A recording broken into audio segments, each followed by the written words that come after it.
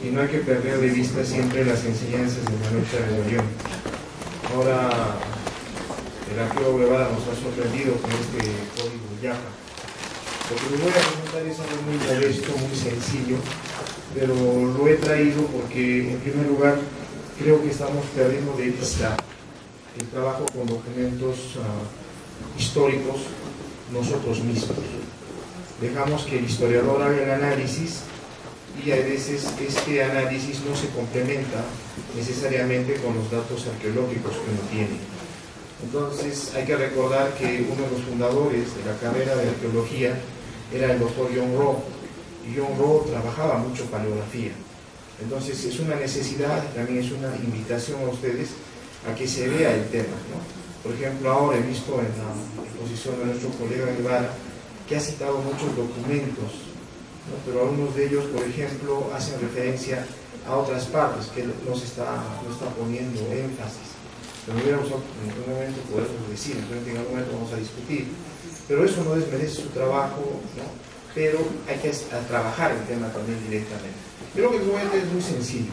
Es una imagen que hemos podido identificar y es una cosita pequeña, ¿no? Muy humilde, en este día del arqueólogo que les voy a dedicar. En primer lugar, esto es parte de un libro que estoy preparando que se llama Mamacha Asunta, Arqueología y Etnografía de Calca.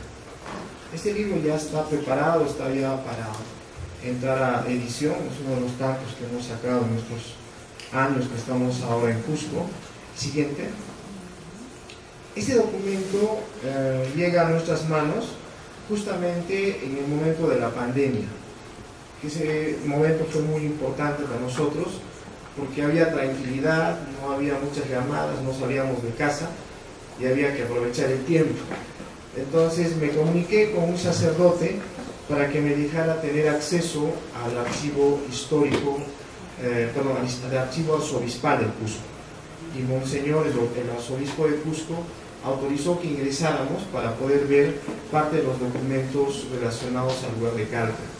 Porque el día 15 de agosto yo estaba invitado para dar una conferencia. Entonces, ahí fue donde encontramos esta joya. Cofradía del Niño Jesús de Viracocha.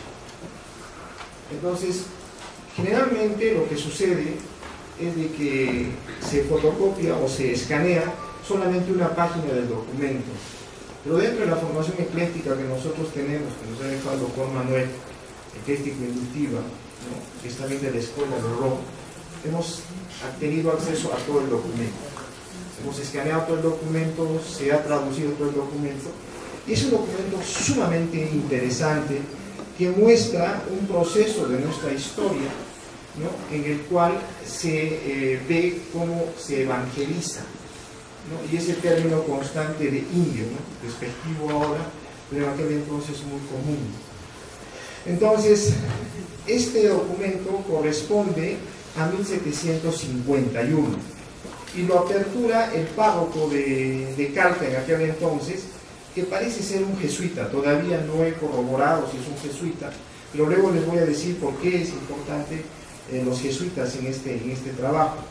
Entonces, leemos acá. Primeramente tiene el Niño Jesús de Viracocha, que por otro nombre lo llaman el Viejo, un toco de tierras en el paraje nombrado Macato, que lo dejó a este niño Agustina Sisa en el testamento bajo de caja disposición, falleció, que está en los instrumentos de esta iglesia.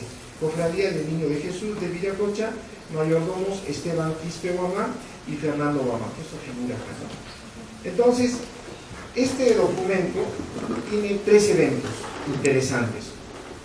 Uno de los eventos es esta apertura. El siguiente es de que los herederos de la señora Sisa reclaman las tierras que le está dando al niño, ¿no es cierto? y no dejan hacer la fiesta durante 4 años, porque no hacen la chacra, porque estas fiestas no se sustentaban como las que tenemos ahora, con el sistema de cargos, que creemos que es prehispánico, pero eso es muy tardío. Generalmente las deidades andinas, y también estas deidades ya de la época de 1750, tenían sus tierras propias, y esas tierras propias eran entregadas al mayordomo, el mayordomo las trabajaba, y de la venta de ese maíz se hacía la fiesta. Se compraba 24 sidiones, se alquilaba 4 hachas de acero, ¿no? Y se pagaba los albazos y todo lo que eran los castillos. Entonces, ese es uno de los eventos que tenemos, es la apertura. Y el siguiente es que, como les vuelvo a decir, la familia Sisa se retrae de la donación, ¿no es cierto? El tercer evento es que viene el arzobispo, que sí era jesuita, y autoriza el culto a este mundo, lo autoriza. Y luego hay algo más interesante, ¿no es cierto? Que más o menos esto termina en el año 1780. ¿Y por qué termina en el 1780? Porque es cuando lo sentencian a Túpac Amaru, en 1781, lo sentencian, y dentro de la sentencia hay unas prohibiciones. Y muchas veces nosotros creemos que los trajes típicos, el chullo, poncho, el chalequito pequeño, la faldita o el sombrerito, son trajes que son todavía mucho más antiguos. Pero esos trajes, según lo que estamos viendo, y muchos de los historiadores y arqueólogos saben, que eso fue recién instaurado después de Túpac Amaru. Entonces, es en la sentencia de Túpac Amaru donde prohíben expresamente que se vistan como incas, que utilicen mascaypaycha, que utilicen los emblemas, esos soles que se ponían, los descendientes incas, los nobles. Prohíben. Y también expresamente ese documento dice que hay que buscar los cuadros, ¿no es cierto?, donde estén los incas pintados, ¿no es cierto?, y ya hay que ser borrados o destruidos. Y prohíbe totalmente, prohíbe el uso de mantas religiosas que usaban y todo eso. Entonces, tenemos el inicio, 1750, porque el libro está aperturado en 1751, pero los mayordomos rinden cuentas de la fiesta del año 1750. La siguiente.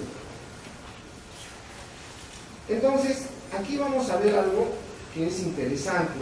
Es un dibujo de Juan de Ayala, que es de 1615. Evidentemente es un poco tardío, pero nos muestra la traída de Túpac Amaru y el punchao. Entonces, en esta parte voy a ser un poco breve, no quiero excederme de los 15 minutos. Cuando Pachacútec está yendo donde su padre para el tema de la alimentación chanca, refieren los cronistas de que en una laguna su refugio se había encontrado con un ídolo, o sea, con una deidad, y describen que de esa deidad le salía 3 rayos de la cabeza, ¿no?, y que había unas serpientes y había una serie de cosas, pero que tenía una determinada forma. Producto de ese encuentro, Pachacútec remodela el Coricancha y hace una efigie igual a ella, ¿no es cierto? Entonces, cuando llegan los europeos, ¿no es cierto?, a lo que es el Cusco, básicamente los incas escapan llevándose el punchao.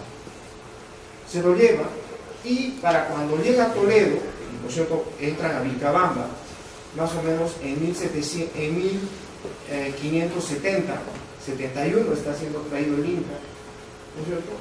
Este ídolo, esta deidad, pasa a manos de Toledo. Y hemos tenido la suerte de encontrar de que este ídolo había sido llevado a España por Toledo. Y lo más interesante que hemos encontrado, un documento donde está figurando una incautación que están haciendo a Toledo después de su fallecimiento, y que están describiendo básicamente esta deidad. Pero antes de eso hay un documento importante que es una crónica anónima de los jesuitas. Y hay que recordar que los jesuitas son los que llegan con Toledo.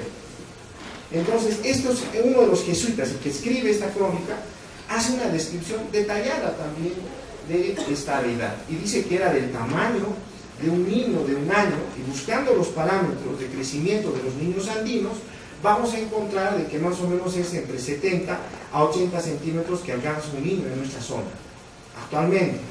Y lo otro que es interesante, que dice que también que tenía 3 rayos en la cabeza y que estaba sentado. Y lo más maravilloso es de que dice que dentro era hueco y que dentro había una especie de brea donde estaba amalgamada los pulmones y los corazones de los incas. Entonces, este ídolo fue llevado, vuelvo a repetir, a Europa por Toledo, y ahora sospechamos más o menos que esté en algún almacén de la corona. Todavía parece que se está manteniendo, pero eso ya es motivo de otra investigación. La siguiente, por favor. Cuando hemos ido a Calca, hemos comenzado a buscar una imagen del niño que tenga las características que no tengan los otros niños, porque era obviamente otra forma de veneración. Y hemos encontrado algo interesante en este niño, que tiene un orificio acá en la cabeza. Este tornillo es posterior. Acá tiene un orificio en la cabeza y tiene otro aquí, ¿no? Y tiene las rodillas bien rojas, a diferencia de otros niños de la época, y también en los brazos va a tener unos atributos como que van a recibir los brazaletes. Y esto de acá es para tener esos como flecos que cuelgan, ¿no? La siguiente.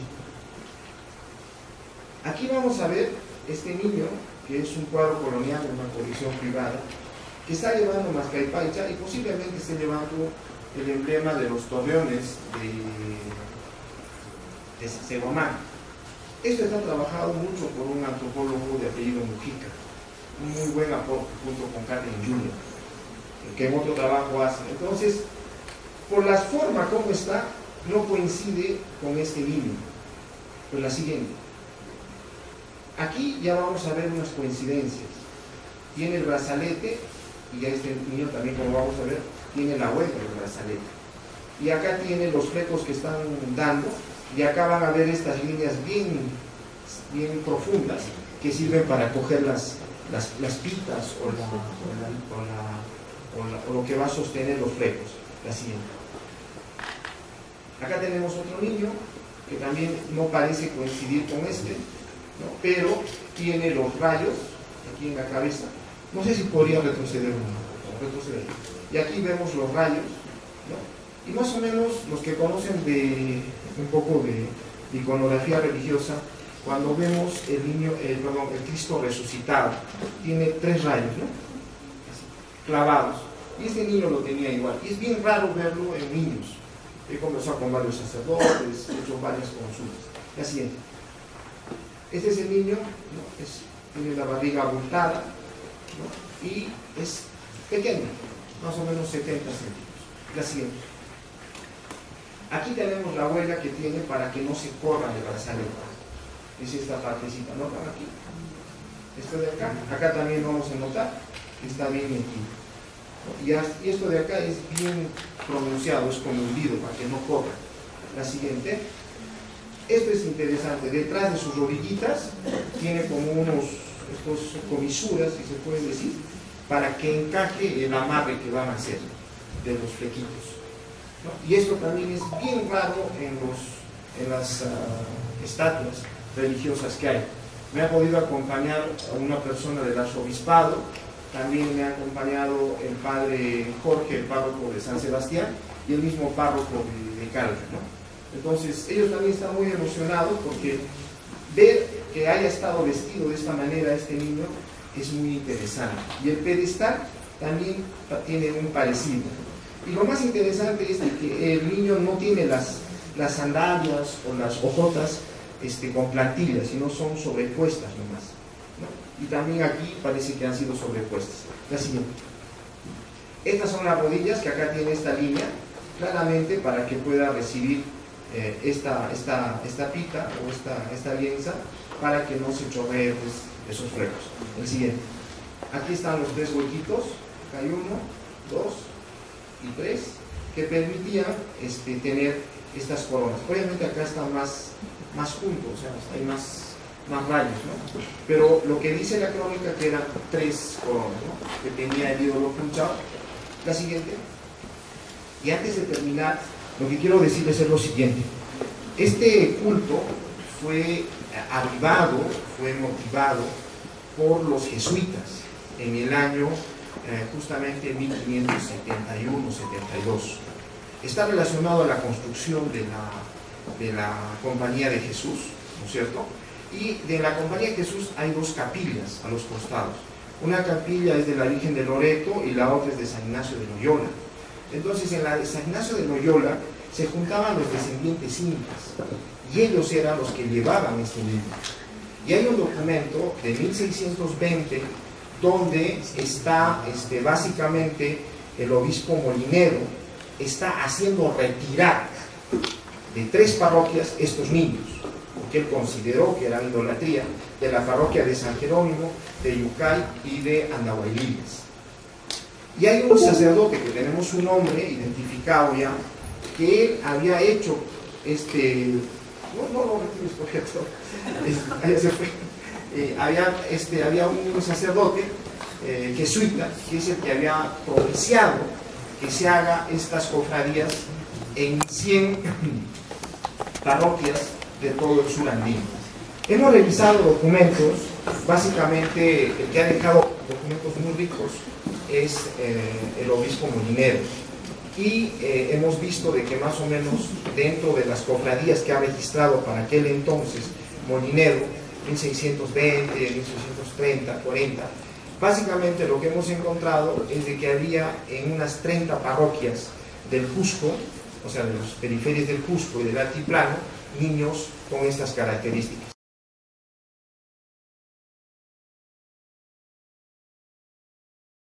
Para recibir un báculo, ¿no? Entonces, este es un trabajo que básicamente les he traído muy acortado, porque me dijeron que solamente era 15 minutos el tiempo que teníamos de exponer y hay que ser respetuosos del tiempo.